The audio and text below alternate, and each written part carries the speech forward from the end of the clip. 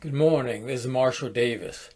We are deep within the Christmas season now, and holiday activities are in full swing. So it's a good time to contemplate the meaning of Christmas. Too often the choice we get seems to be between Santa Claus and the baby Jesus. Secular versus theistic, or perhaps opting for celebrating the winter solstice as an alternative. But it is possible to celebrate the Christian holiday spiritually from a non-dual perspective. The holiday of Christmas expresses the oneness that is our true nature. It is the nature of the one reality. The core theological message of Christmas is Incarnation. The Gospel of Matthew communicates this by saying that the birth of Jesus fulfilled the prophecy of Emmanuel, which the Gospel writer helpfully explains means God with us. The Gospel of John proclaims the same truth by saying that the divine Word became flesh and dwelt among us, full of grace and truth.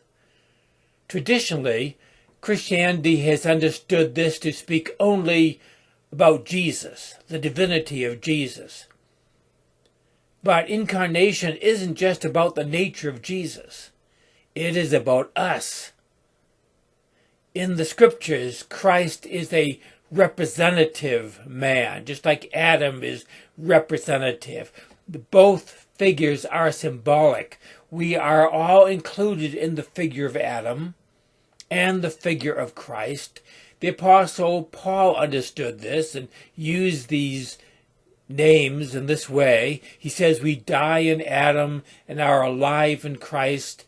In his famous resurrection chapter, he says the first Adam became a living being.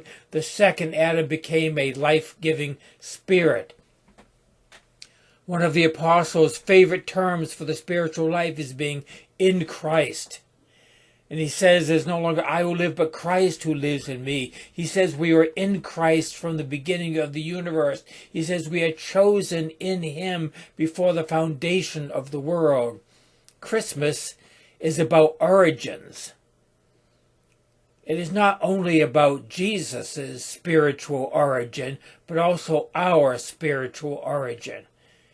It is about Jesus as the Son of God and us as sons and daughters of God.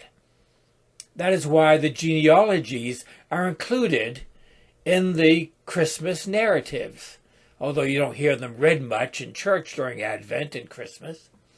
Genealogies tell us who we are. I enjoy researching my personal genealogy. I got my DNA tested through Ancestry a while back, and I found out where I came from. My DNA comes mostly from the British Isles and chiefly from Scotland. So I attended the Highland Games this fall in New Hampshire to explore my heritage, although I decided not to go so far as to wear a kilt. I also discovered I have ancestors from the Netherlands and Scandinavia and Western Europe. The biblical Christmas stories give us Jesus' genealogy. They tell us where Jesus is from. Matthew's Christmas genealogy traces his ancestry back through King David to the patriarch Abraham. Luke's account takes his genealogy all the way back to Adam, who is called the Son of God. So Jesus is called the Son of God, according to Luke, because he traces his ancestry back to Adam, the Son of God. I'm reading Marcus Borg's book, The First Christmas, as part of an Advent study group at our church. Borg sees the title Son of God as a political statement. The title challenged the authority of Caesar, who was called the Son of God and claimed to be descended from the goddess Venus. In John's Gospel, Jesus is not only called the Son of God, but the one and only Son, or the only begotten Son, depending on the translation. That is a direct challenge to Caesar's claims.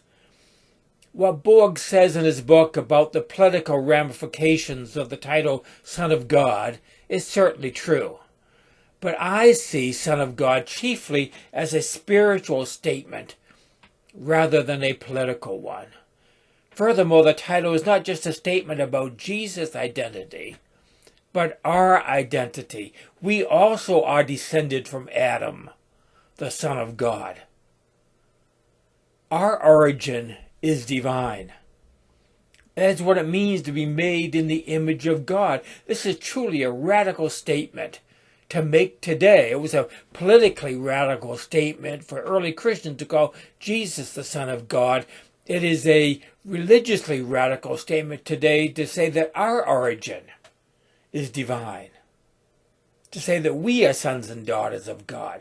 That's a direct challenge to traditional that wants to simply emphasize the difference between Jesus' nature and our nature. Wants to put a big theological chasm between us and Jesus. The phrase only begotten Son of God has been badly misinterpreted to mean that only Christianity has the truth because only we are founded upon the only incarnation of God. That's not what it says. In fact, the earliest manuscripts of John's Gospel speak of the only begotten God. It is saying there's only one God, one Son. We are all one in this. One in Adam, one in Christ, one in God, all sons and daughters of God, because we are one in God, in Christ. In other words, this is non-duality. Incarnation speaks not just of Jesus' spiritual origin, but our spiritual origin. John's prologue says that we are children born not of natural descent, nor of human decision or husband's will, but born of God. That is our genealogy. We are sons and daughters of the one God. According to the prologue of John, when we realize who Jesus really is, then we realize who we really are. That is what Christmas is about.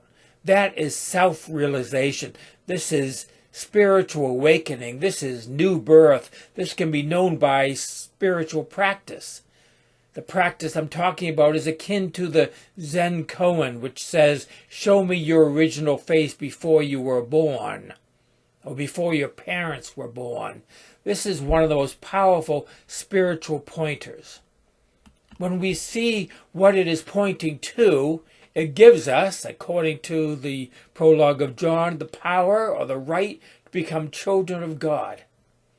And we can see this right now. It takes no time at all. It's instantaneous. Simply see what you were before you were born. Now, I'm not talking about speculative or mythological thinking. I'm not talking about reincarnation or pre-existence as separate souls. Those are ideas. What I'm talking about is not an idea.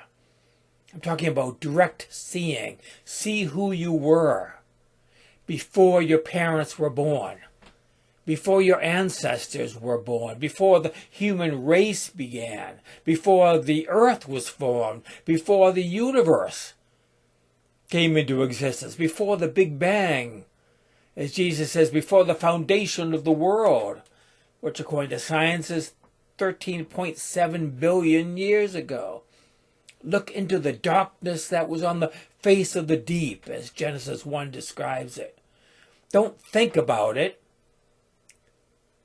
Sense it, see it, intuit it. You are this.